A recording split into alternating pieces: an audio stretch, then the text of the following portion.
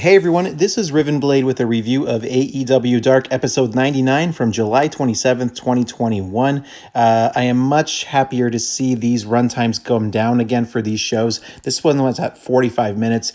I'm still trying to watch Elevation from yesterday, and that's going to be a tough one for me. So I'm really looking forward to, again, these shows just being a lot more manageable when it comes to the amount of time I have to invest in them.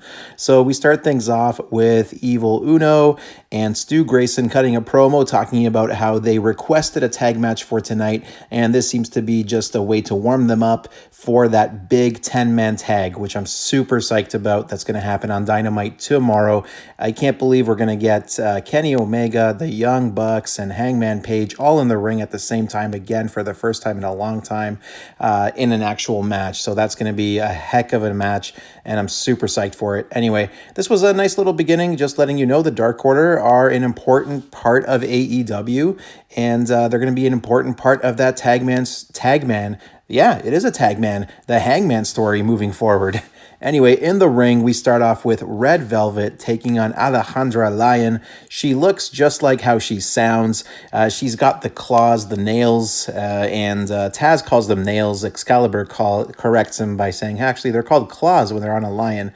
So this is kind of a fun little match, you know. So Lyon actually uses her nails to rip apart, in a way, Red Velvet's face and scratches her back and stuff like that. Anyway, what I want to say about this is that Red Velvet really is a star. She's come such a long way, and they kind of mention it in the commentary during this match too, that she is someone that really just came alive during the pandemic, that was discovered during the pandemic by AEW, and she ends up winning this one with what she now calls the final slice, which I guess is the overdrive, which was formerly used by Carlito and MP3 MVP. Man, I'm getting tongue-tied today for this review. So yes, she does win with that, and it actually looked better this week than it did last week when she did it to Julia Hart, though that match overall was a lot more fun than this one, but this was okay, and I'm looking forward to seeing Red Velvet take on Britt Baker at some point during Britt's title reign, because she's ready. She's ready for a title match. Maybe she's not ready just yet to actually hold that title, but she feels like a legit contender, and I'm looking forward to seeing her take on Britt at some point this year. I think this year we're probably going to see Statlander take on Britt at some point, Thunder Rosa take on Britt at some point, and Red Velvet take on Britt at some point. And it should really be Rosa, though, who takes it. She's just stellar. Above Red Velvet, who I think gets great reactions and has tremendous babyface energy, Thunder Rosa is the only one who's even like hotter than her in terms of crowd reaction and what she brings to the table. So yeah, she wins that, and I'm looking forward to seeing what she does for the rest of the year. Next, we get a quick promo from Sonny Kiss and Joey Janella. They're back together. They are officially called Bad Romance now. And next week, they want to start their journey towards the AEW Tag Team titles. And Sonny ends up this promo by saying, you know, they're going to do it not starting next week, but next week. They are going to jump to the top of the charts. And I want to know how they're going to do that, because I don't think one victory is going to get them there. Unless, like, next week we have a three-way, perhaps, between the Acclaimed and the Varsity Blondes and Bad Romance. I guess that's one way to maybe do it. And I'm wondering if maybe, you know, if Sonny meant what he actually said in this promo, or if there's going to be some kind of... I guess going back on their words once they realize, like, wait a minute, we can't jump from position number 7 to number 1 on the charts and, you know, take on the Young Bucks. And they name drop the Young Bucks. Joey Janela does in this one. Anyway, I don't know. I think Sonny Kiss should be away from Joey Janela at this point, and I hope that this reunion doesn't last for too long, because it's clear that Joey is just, you know, he is faking it, essentially. He calls Marvez a bad influence, and I want to know where they're going to go with them separately, not necessarily where they're going to go with them together. Next up, Killa Kate versus Abaddon. Killa Kate making her AEW debut. She doesn't really get a chance to show too much outside of this kind of armbar that she locks in at one point. And anyway, Abaddon does her kind of like leg hook DDT to win this one. This is just an excuse to get Abaddon on in the ring and on the screen, and to make her look creepy and weird and stuff, and all that stuff that she normally always does so well, which she does well in this match as well. A lot of wells there. Abaddon is doing well in AEW, and I don't know what the end game is with her and where she's gonna end up, because she does have a unique character. She does stand out from the rest of the crowd in the AEW women's division, but do you slot her as someone who's going to be a title challenger, or do you give her like more interesting stories and grudge matches and little feuds with other women in the division? I think that's probably more likely at this point. Or maybe they are waiting to introduce the AEW women's tag team titles whenever those, actually become a thing, or if they become a thing at this point. I guess with the debut of Rampage and stuff moving to TBS in January, all that stuff is going to be revealed soon. So I guess for now, she's just in a holding pattern, winning these matches on Dark, and that's fine. And curious to see how they use her in the near future, because she's been on screen a lot on Dark and Elevation, and I'm assuming that's not for nothing. So let's see where this goes. Next up, we get a recap of Diamante, who last week cost Big Swole a match against the Bunny. So that is a grudge feud that we are now watching play out before us. So we got Diamante taking on Big Swole in the first of what I'm assuming will be more than one match. I'm assuming they're going to probably wrestle at least 3 times. I wanted to grab this screenshot because I really love that AEW, since going back on the road, they've gone back to this camera shot of like the low ring angle sometimes during a match. It just looks really cool. Not as cool in like a still screen grab as when it is happening live.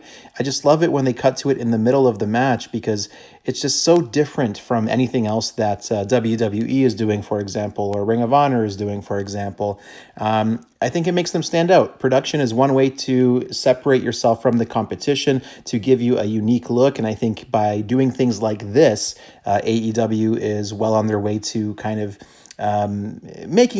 creating their own niche in a way, and creating their own brand and flavor when it comes to their production. Anyway, Diamante and Swole actually had quite a decent little match here. The strikes were pretty stiff. It felt like a grudge match a little bit. And the only unfortunate part of it was the end, where Swole was trying to kind of like, jump over Diamante on the ropes. And Diamante was kind of like, whoa, whoa, whoa, am I going to fall over? Am I going to fall over? And she sits on Swole, grabs her leg a little late, and then grabs the rope also a little late. It looked a bit awkward, not the smoothest finish to the match, but it gave Diamante the victory over Swole, who has now lost 2 times in a row, 2 weeks in a row. So I'm wondering what's going to happen next, because the announce team made it clear, Swole made it clear that, this is not over. They're not done. And honestly, this is the most I've been into Diamante since she's been in AEW, since she's had that heel turn. And since it's been like clear that she's going to stick around for a while now. I am liking what I'm seeing from her. I'm liking the way she's interacting with the crowd, and just the way that she's coming across on screen. So yeah, didn't think I'd become like I'm not a Diamante mark, but I'm a fan. I'm curious. I'm interested to see what she does, and we'll see how her career develops in AEW, and how this feud with Swole develops, because this one, they have good chemistry. So I'm looking forward to seeing more. Next up, just a quick promo for Rampage, reminding us that it's coming on August. And again, just love the style of this with the electricity and everyone just looking super cool. Next up, the tag match that Dark Order asked for tonight with Zach Mason and Warren Johnson, who actually looked quite good in this match and got quite a bit. So the opening spot of this match, you got Uno, who really takes a beating and builds up to the hot tag for Stu Grayson. And Stu Grayson, obviously, he runs wild. He's a really great hot tag, actually. I really enjoy the kind of spots that he does and the fire that he brings to the ring when he does actually get tagged in. This was a fun little match, got to be honest. Like just a meat and potatoes tag team wrestling match. The opposition showed quite a bit as well, got a chance to shine in their AEW debut. And this was really, though, a way for Evil Uno and Stu Grayson to remind us of just how good they are together. They are tremendous. Even like comedy mixed with seriousness, they do quite well together. And they finish it with Grayson just like kicking one of the opponents in the head, running from the corner basically, while Evil Uno pile drives them. And that gets them the victory. And they are psyched. They are ready for tomorrow for the 10-man elimination tag. And man, that match... that has to be the main event, right? That absolutely is going to be the main event of that show, and it's going to blow the roof of that place. Is there a roof on that place? I guess we'll find out. Okay. Anyway, really looking forward to seeing what they can do. These guys are fantastic together. Next up, we get a recap of the Acclaimed and Varsity Blondes feud that is playing out on Dark and Elevation as well. And you know what? I got to be honest. I'm not really a fan of this kind of juvenile toilet humor with the Acclaimed, talking about Julia Hart and getting tag teamed and Eiffel Towers and all this stuff. I guess with the Varsity Blondes being a high school themed tag team, which I guess is still kind of weird, but it still kind of works. Maybe the humor here matches the projected age of a team calling themselves the Varsity Blondes. I'm not sure.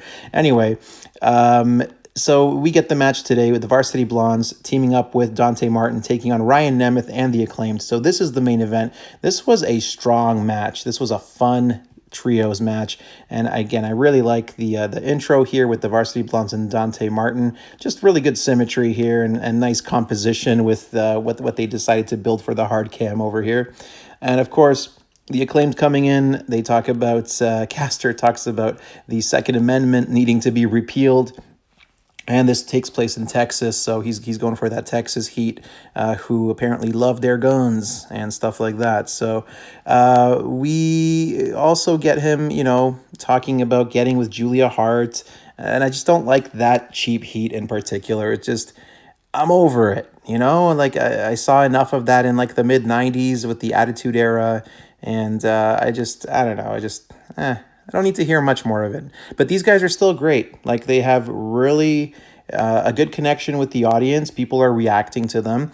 And I like that they're getting reps on a week-to-week basis. And then, honestly, it is impressive that Caster's coming up with stuff like every single week for every team or every opponent that he faces. And Nemeth has really won me over as well, got to be honest. And I didn't think he would, so good for him. This match is, like I said, a lot of fun. The spot of the match, though, comes right near the end. I'm going to show it to you guys what's going on over here. Check it out. Boom. That was just wild. And Nemeth's expression after it was also incredible. So the height that Dante got on this flip, this dive over the top rope, and mixed with the distance was absolutely incredible. Now, unfortunately, the ending needed 2 sequences. So Dante, after that, he followed it up with his kind of like flip over stunner that he does, but he missed it the first time, kind of flopped to the side, so he had to redo it. Anyway, he got it the second time for the victory, and that was it, put him away. And after the match, I loved Nemeth selling here, just looking like he's in deep pain, along with the Acclaimed. We get a mic that is handed to or taken by Brian Pillman Jr. Oh, his finishing move now, the springboard forearm or the springboard clothesline.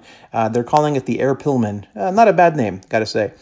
Anyway, he grabs the mic after the match, talks about basically, being at the top of the food chain in the AEW tag team division, that nothing is going to stop them from getting the tag titles, invites the Acclaimed into the ring with them, and that's kind of how they end the show, because the Acclaimed kind of run off as chicken tish heels kind of stuff. So that's what happens there. Anyway, I'm going to give this episode 2 potatoes and a chicken leg. Yeah, that sounds about right. Anyway, looking forward to seeing Fight for the Fallen. What did you guys think of this episode? What stood out to you?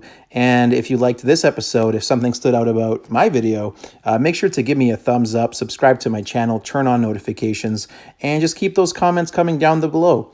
Until next time, thanks for watching. I apologize for all the stuttering I've been doing in this one and kind of tripping over my words. If you've made it this far, I do appreciate it. Thank you very much. I'll see you guys in the next one.